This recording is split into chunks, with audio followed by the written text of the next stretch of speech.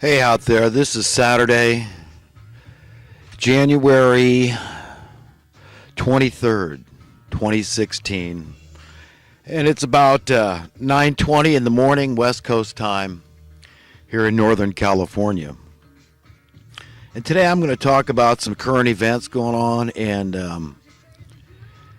I want to discuss this business about mass PTSD or survivor's guilt in a little more depth.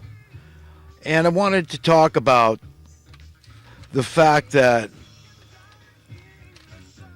humanity at large, not just in America, but around the world, we've been really rendered in the image and likeness of our masters, our overlords. These are the money masters and the multitude of minions therein. So that would be the top money lovers that are in charge of the world. These are the people that will do anything to get their way. And anything means anything. And anything, of course, includes murder and genocide. Whatever it takes to remain relevant and stay in control through many manifold, sundry forms of chaos and crises. And a lot of people might think I'm being cynical in describing these people that are creating the policies that we all have to live under. And a policy is a very powerful thing. This is the power of police, hence the relationship in the term, police and policy. So whoever's writing the paychecks to law enforcement, and beyond that, the military, because they're all kind of branches of law enforcement to some degree, and whether it be domestic or international law enforcement, we have to understand that the power of the purse is exceedingly great power. And these are the people that control the money printing, the issuance of our currency. And what they have basically turned us into because of who they are as human beings, their lack of integrity, their lack of conscience, let's say, seeming lack, because I don't want to condemn or judge anybody, because I'm called on to love even my enemies, and that includes people, the most vile that I can imagine. So, yes, while these people, I do perceive them as vile, I'm to try to emulate Jesus in the way he treated these people. And while he did roundly rebuke these people, the hypocrites, fundamentally, first and foremost, but he also made it clear that they had an opportunity to not be condemned and to be saved. But this entailed repenting. This entailed acknowledging their sin and being sorry for it and turning from it. That's what repentance is. It's taking another path.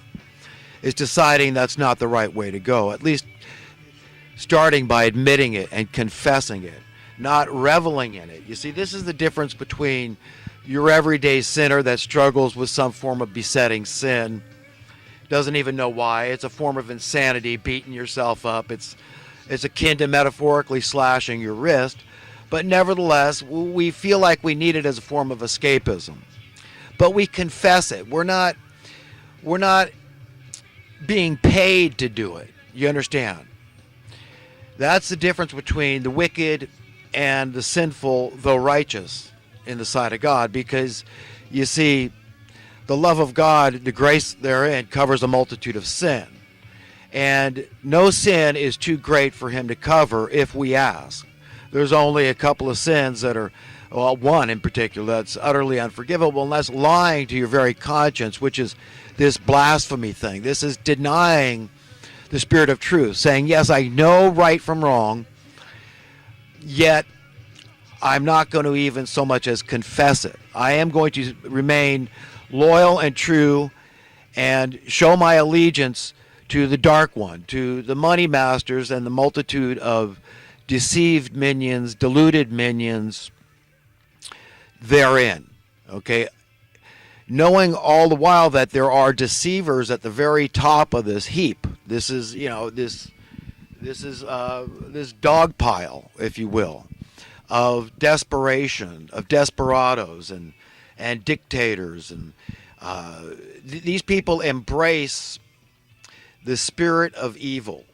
Okay, everything good to these people is bad. This is not what they want. They would lose relevance. You understand, when and if, you see, in their minds they're still not acknowledging the truth. They refuse to acknowledge the truth. The very top ones are blasphemers. So they have lied to the spirit of truth, and they are hopelessly lost. That they are definitely earmarked to go to hell because of their unrepentant stance. And anybody that attaches themselves to that wagon, whether it be the Clintons or the Kissingers or the Bushes, the Rockefellers, whoever it is that thinks that their lives are so great in this world because of their vast wealth. The money printing class, let's face it, look, if you've got the keys to the money printing press, certainly you've got to be included in that New World Order cabal. So it's all those people too. All those people are unspeakably wealthy. They're rich with the blood of saints and martyrs. They're rich with stolen wealth. That's all they have, because they can't do things on the up and up. They wouldn't remain in power. But you understand, when there is finally, alas, someday peace on this earth, when justice is the rule of the day, these people would be utterly miserable. So God, in his infinite mercy, has planned to separate the wicked from the righteous. That's why it's written that the meek shall inherit the earth. So this is a very literal interpretation of the future, of foreseeing it, not because I'm a fortune teller or a prophet, but because it's written and prophesied and promised that it's going to unfold this way, and God can't lie. And the truth is that the invisible is real, that we've been lied to our whole lives. We all trust in this thing called death. That's the other thing I want to talk about, is how there's this great and growing sense of impending doom out there.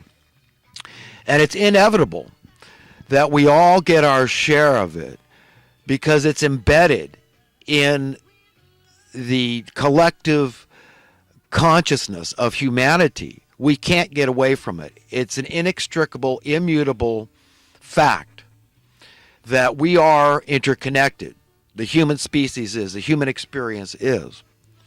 So already by nature, innately, we are born, and from a very young age, we start understanding this thing we call mortality. We know that we're going to die, that our stay here is temporary. So there's a lot of negativity associated with this knowledge, this truth, this fact.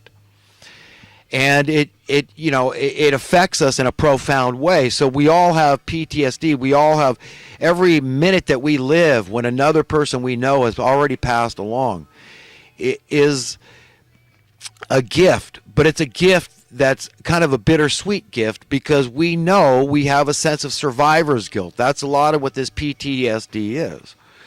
That somehow we feel, well, we should already have passed on. That person was a better person than me. And God, if you're going to take somebody, take me. This is the whole idea of a friend taking a bullet for another friend. This shows great love. But nobody knows until the chips are down if any one of us would really do it. Look what Peter did when it came to denying Jesus. Even though he loved Jesus, there's nobody that loved Jesus more than Peter.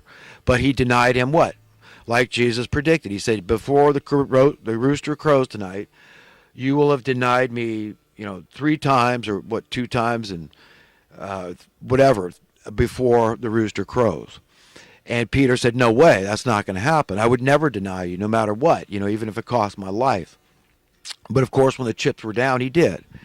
But it was forgivable. And this is what we need to understand. If anybody says, look, they're going to cut my head off because I'm a Christian, if the chips are down, I don't know what I'm going to say. I don't know if I'm going to hide it, because I'm probably going to be preaching till my dying breath. But I'm not going to go on my knees. For one thing, I can't imagine dying on my knees. The way I see these people, these guys lining up and to be shot or get their heads cut off. I could never go like that. So that's not for me. I'd go, I say, God, give me lightning speed. I'd do whatever I could to knock some sense into any attacker that was going to harm me or any other innocent. If I had the means, if I had a way to do it, that's what I imagine I would do. But to go the way Jesus went, mercilessly hanging on a cross. I mean, I can't say I've got the strength to go through what he went through. And if you read what's written in the Bible, the account, according to what I know, there's writings that show he actually went through even more. That there's a reason why chapter 22 in the book of Revelations is in there. That it says in there at the end, the very last book in the Bible, warns anybody that takes or adds to this book, takes away from this book or adds to it, would have these plagues added to them. It's not going to go well for them. But this is precisely what I contend has happened. That's why some of the teachings of Jesus are very difficult to swallow, even for the wisest of men out there. Can't understand why we should hate our family. I mean, people say, okay, it's misconstrued in the way it's written, and really what he means is, compared to the love you have for God and your brothers and sisters in the Lord, it looks like hatred. So I can understand it in that context if it's explained that way. But there's stuff deleted from the Bible, like the crucifixion of Jesus and what preceded that. It's not written in there that he had his beard torn out, but I heard it from a very reliable source from the Seventh-day Adventist Church that indeed, because these people have kept good records, historical records, as far back as they could. They know about the remnant church.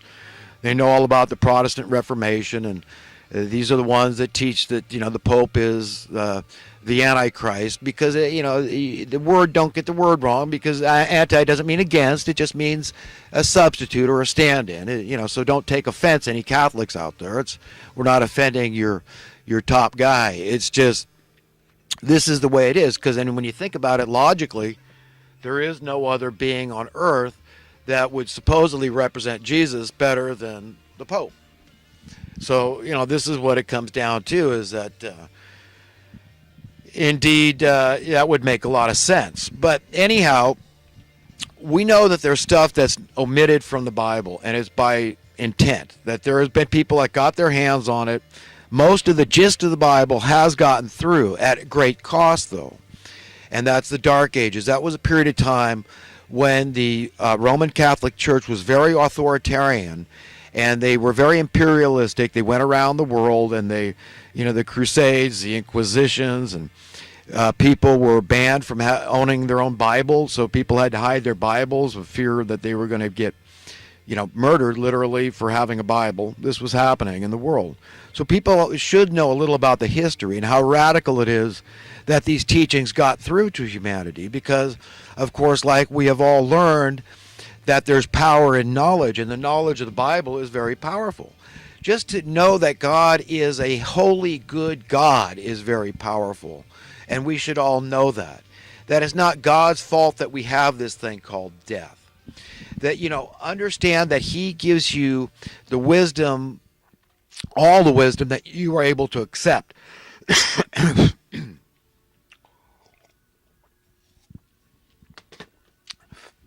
And he doesn't withhold a good thing from anybody. And he doesn't hide himself. He doesn't hide his nature and his character from any of us. In fact, he wants us to know him. He wants us to know his infinite love, his unconditional love.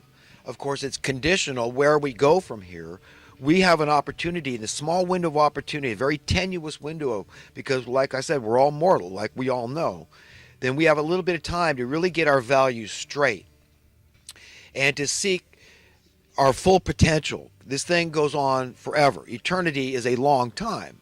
So we need to get comfortable here with understanding this idea that we're going to grow as human beings, as these creatures, these very, very incredible creatures. Okay, we're going to grow forever. Okay, and there's explorations to do in our own galaxy, much less the universe. And there's stuff we're going to learn forever. And we're going to meet probably other beings from other planets. I mean, our destiny is forever. So there's no end to, what we might discover, not just about ourselves and our race, the human race, but about this idea, the possibility, the very distinct possibility science says that there is indeed many other inhabited planets in our galaxy. This is pretty mind-blowing for